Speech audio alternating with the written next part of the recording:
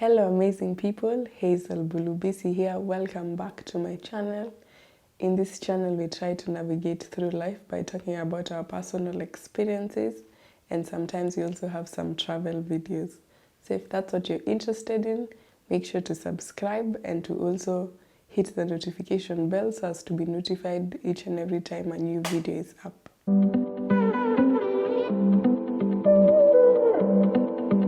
Today, in regards to this month's theme, because I usually have, each month I have different topics that I try go into.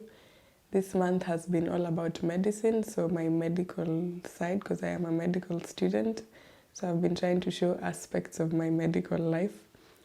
And I decided to talk about the COVID vaccine because I think it's something that is being spoken about right now.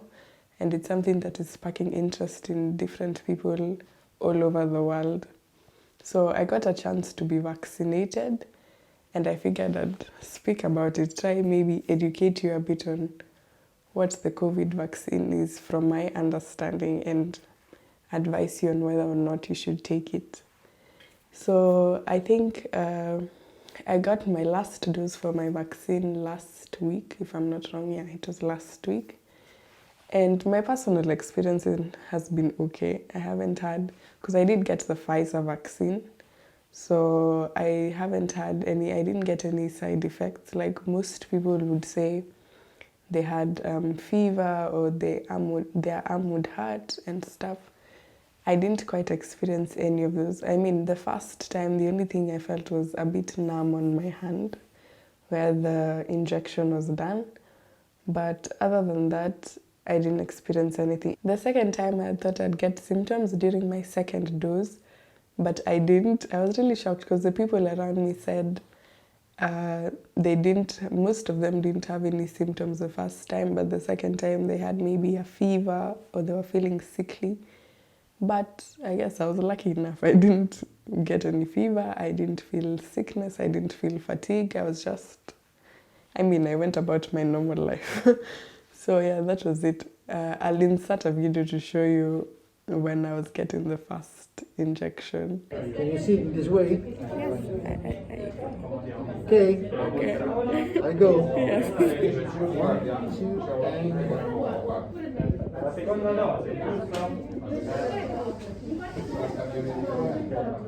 2, that's all. That's all. Thank you. That was my experience. Personally, would I advise you to get it? Yes, I really would advise you if you can get the vaccine.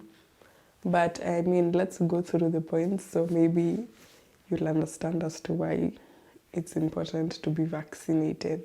So I shall start by defining what coronavirus is, or rather COVID-19. COVID-19 is part of the coronavirus family because there are different viruses, and under each virus family, they all have branches of different things. So we knew COVID as mostly the one that caused the SARS, but so COVID-19 is also part of that family, where it has a large RNA genome. Now, how do I explain that? So we all know we are made up of DNA, which are the double-stranded loops that make us who we are, each person as an individual. So when those double-stranded loops are broken, they're broken into form an RNA. So a DNA is made by 2 RNAs. Yeah, let me put it in that sense. So with that RNA, it's the one that is used to produce proteins. We call it the messenger RNA, the mRNA, which is now what produces the proteins. It instructs a cell to produce certain proteins so as to make more types of these cells.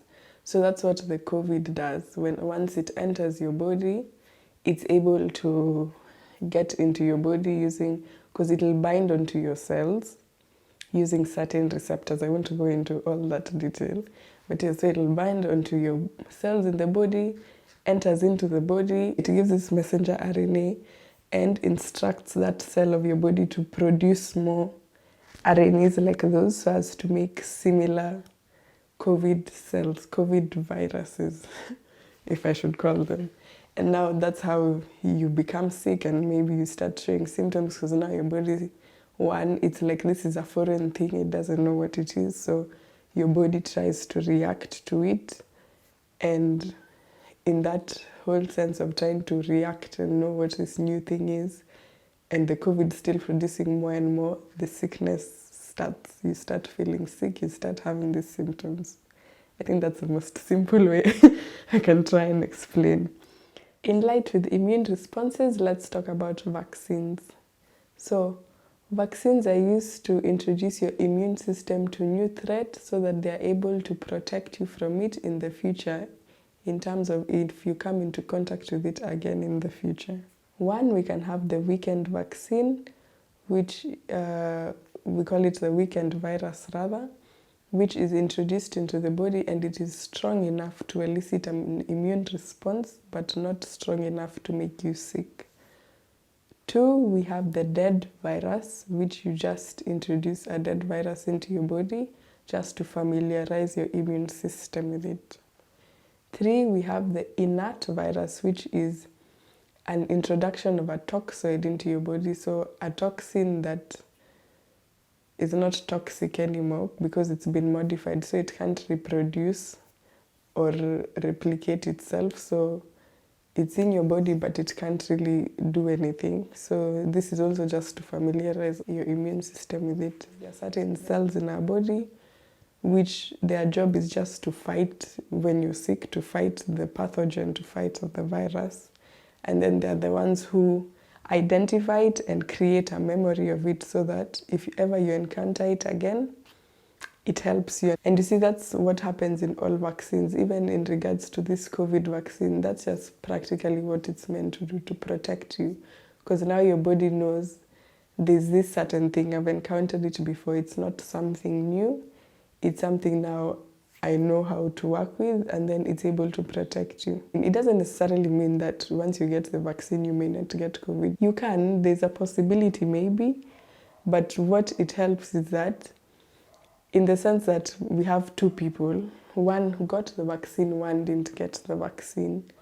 The one who got the vaccine, if by any chance they get COVID, their symptoms will not be as bad as the one who didn't get the vaccine. So it helps with minimizing the symptoms. Maybe for the person who got the vaccine, it'll just be like a common cold. They won't have really bad symptoms that will take them to the ER, as compared to someone who doesn't have the vaccine and your body doesn't know what this thing is. So your body will overreact and there'll be overinflammation of everything within your body, which now causes all these problems that come with COVID. In regards to talking about vaccines, of course we know that there are usually certain steps that have to be followed before a vaccine is considered good and is considered to be able to be given to the general population. So I'll just name the steps. I don't think I'd have to explain all of them. Usually first you discover this thing, or you discover this disease, the way COVID-19 came to become a pandemic, and you start looking at ways to develop the vaccine. Once you do that, of course, you have to do the preclinical trials, and they're usually, if I'm not wrong, there are 3 steps. No, the preclinical are 2 steps. The first steps, I think, are in the lab, the ones you have to do with animals, with like the mice, and with, I get bigger mammals, maybe like with the monkeys. And then after the preclinical trials, once you've done it over and over again and seen what works, what doesn't work, that's when now you move to the human trials, where now you have patients who are divided into groups, the ones who are actually given the drug and the ones who are given the placebo, and you see how people react to it, what happens. They are given, and usually most of them are usually closed trials where the patients don't know if they got the drug or not, so they can't know if it's a placebo, it's the real drug. So they just get, and then the doctor observes what happens and they're able to take into account the reactions and stuff and know what to change and this and that. So once we pass the human trials and we see that we've passed the human trials and we see that, okay, this seems like it's something that can be used and something that is safe for the general population, we go into licensing the vaccine. So of course also there are certain steps where you have to get the license for the vaccine for it to be accepted as being good and okay and not causing harm to anyone. And once that is done, you go into manufacturing the vaccine. So that's manufacturing it into bigger numbers so as to prepare it to distribute it into the whole world.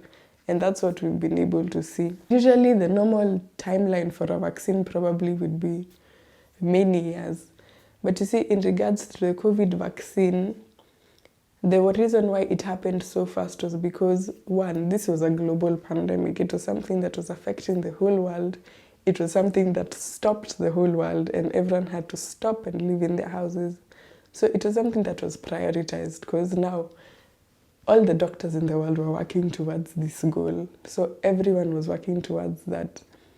So I think that's why now the steps for the vaccine, like yes, they still went through all the steps. It just didn't take as long because it was a pandemic, as I said. It was an emergency. It was something that needed urgency. Now that we've talked about what is COVID, we've talked about what are vaccines and the steps of going through vaccines, let's look at the COVID vaccines that are there. So we have the mRNA vaccine and the adenovirus vaccine. So under the mRNA vaccine, you find the Pfizer, BionTech, and the Moderna. And these vaccines were made in the sense that they took the spikes from, because when you look at the coronavirus, outside it has certain spikes. So they took the spikes from this coronavirus and they tried to make mRNAs that produce these spikes. So once they were able to make these mRNAs, they took now the mRNAs and that's what you're being given as a vaccine. So once it's in your body, it's able to produce these spikes, and once these spikes are produced, they are able to interact with your immune system and make them aware of what they are so that your body knows what it is. And the chance that COVID is introduced into your body where you're exposed to it and you get it, your body will be able to identify COVID because it will see, oh, these are the spikes I met before. And it will be able to react and kill that virus before it makes you sick. Then if we are to look at the adenovirus vaccine, in this we have the category of the AstraZeneca and the Johnson & Johnson vaccine. This now, instead of introducing the mRNA, it's just introducing the DNA that is similar to COVID. But in this sense now, the DNA is being introduced in a virus that is not harmful. If that's the correct way to put it, yeah. Because usually if you're introducing a DNA of a virus into your body, usually it's encapsulated in another virus that can't harm you. So it's a more stable form of a vaccine which may last longer compared to RNA, which is not stable. But the problem with this is that with any virus, all viruses in general are always at some point become resistant, like your immune system becomes resistant to them because it's a virus. So a virus is able to change its form so as to adapt into the environment. So yes, there's a possibility of after a while, it becomes immune to it. And now that's why there's still some more research to know whether these vaccines are long-term or it'll be like similar to the vaccine of the flu, which you have to get every year. Now, after talking about the different types of vaccines, I know I've not talked about all of them, I just picked a few. But yeah, I hope you get the basic understanding of it. So we've just finished talking about the COVID vaccines, the different types, and now let's get into the efficacy. Do you think the efficacy is an important factor that you should consider while debating whether to get a vaccine or not? Please let me know down in the comments below. So, as we know, the efficacy rate is calculated during the human clinical trials. So it's done because during the human clinical trials we have the placebo group and the controlled group. And basically, the placebo group are usually, they don't get anything, they don't get the medicine, while the controlled group are the ones who get the medicine. Then the doctors let them out into the world and just observe the changes and if there's any difference and compare both parties. So when we're talking about the efficacy rate, is basically looking at these groups and how the disease affected these groups. When you get now the efficacy, it's not determined as a whole, like group-wise, but it is determined to you individually. So using myself as an example, I got the Pfizer vaccine, meaning it has the 95% efficacy rate. So it means I am 95% less likely to get COVID, but I still have a 5% chance of getting it. Why I say it is not really important in basing, like, it doesn't say that because if you get the Pfizer vaccine, the person who got AstraZeneca is not at a better chance. No, that's not it.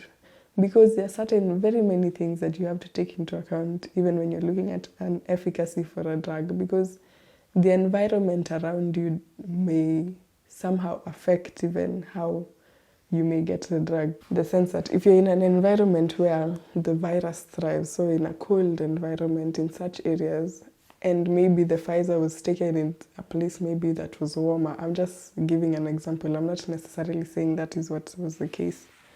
You see, the environment affects how the spread of the disease works or how it happens. So it doesn't necessarily mean that a drug with a higher percentage of efficacy is better than a drug with a lower one. So what I'd say, it's better to get a vaccine rather than not getting any vaccine at all because you're saying the efficacy of that vaccine is low. No. So in regards to the vaccine's efficacy, we can't compare it to the effectiveness of the vaccine because we have talked about the different environments. And if we are to look at the definitions, a vaccine's effectiveness is how well the vaccine works in the general population, compared to a vaccine's efficacy is how well it works in a controlled group. So it all depends on where the controlled group was, what was their lifestyle, how was the environment. So all these things affect the efficacy of a vaccine. My personal opinion is if you're lucky enough to be able to acquire a vaccine or to be able to get the chance to, you're given the chance to be able to get the vaccine, do it, get the vaccine, because this is the only way it'll help for us to get closer to be able to control this disease. Yes, it's a new disease, just like the flu was it in the 80s, I don't know, in the olden days, in the 20s, I can't remember the exact year, but just the way the flu came and no one knew what it was, and of course many people died from it. But with that we were able to learn what it was. Vaccines were able to be produced, we learned how to treat it. It's the same way COVID is. It was a new thing to us. Of course, many people had many questions, and of course they expect doctors to know everything, but at the end of the day, doctors are not God. We are also learning. These things we learn as we go. And so even when in regards to COVID, the only way to help is to, 1, follow the guidelines. 2, if you're able to get vaccinated so as to be, it helps in 1, the spreading of the disease, so as to stop the spread. 2, it helps you even as an individual because you're protecting yourself. Unfortunately, you can still get the disease even if you're vaccinated. But as I had explained earlier, at least your body will be familiar with what it is. And so it won't be a bad reaction, because what makes COVID such a deadly disease is that our bodies, in general, always when they meet something new, they will react and there'll be inflammation and all these things that happen within our body. But see, in regards to COVID, there's over-inflammation that occurs in our body, and that's where you see now the lung starts getting attacked and now you can't breathe well. And other organs such as the kidneys also start getting attacked because now there's an imbalance in your body and over-inflammatory of everything. So I think if you're able to get the vaccine to prevent all this, it makes even the work for healthcare workers easier. And the sooner we do it, the sooner we'll hopefully get back to our normal life and be able to travel the world again and be able to spend time with your family and hopefully be able to live without masks again. I don't know when that will ever happen, but I'm really looking forward to that. So I advise you, I know there are very many theories about things, and even me, I won't lie. In the beginning, I was really skeptical to get it and it's really funny because I'm in medicine, you'd expect me to be very fast to go get it. So I won't lie, I was a bit skeptical. But the more I did my research and the more I read the different things and watched videos about it, I got to understand. And I think even just in medicine, as you learn about these things, you now fully understand how things work. So I'm just here to urge you, yes, there are very many theories, there's very many superstitious things that people say, I don't know. But at the end of the day, even in the sense that if you're religious, pray about it. Me, I was like, okay, I'm getting this vaccine. I know there are effects, even when we talk about effects of like the thrombi and stuff. I should have talked about that. I totally forgot, yeah. In where people are saying, oh, we can't get it because it's causing thrombi. But you see, as they always say, in everything, there's always testing and it'll always be compared to the general population. And when you look at that, when they compare them, I mean, you're more likely to die of a thrombi if you're taking the pill than you are if you take the vaccine. You're more likely to die of a thrombi if you're a smoker than you are if you get the vaccine. So I think those are tiny things to use as an excuse to say I won't get. Of course, you'll never know. Maybe you'll be that 1%, which is sad. And that's why for me, I just prayed. I was like, you know what? Okay, fine. I was skeptical about this, but I'm going to do it because I know scientifically it's helping us get better and get to a better place than where we're at now. But at the same time, I'm like, God, I'm not ready to die of a thrombi, please.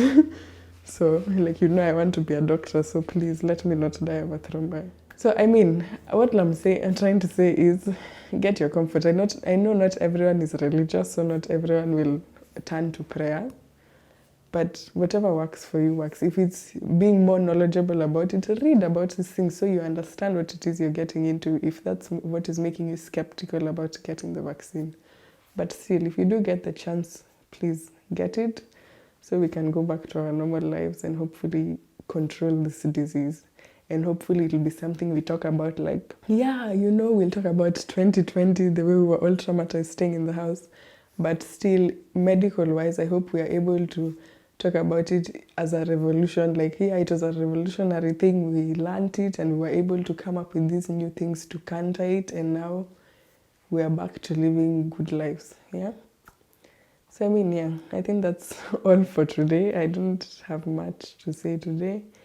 But I hope at least if you didn't know anything about the vaccine, I hope hearing it from a fellow person who didn't know much about it helps. And hopefully it'll make you look more into it if you're curious about it, to learn more, or it'll make you get it so as to help us curb this disease. That's all for today, so see you next week. Bye.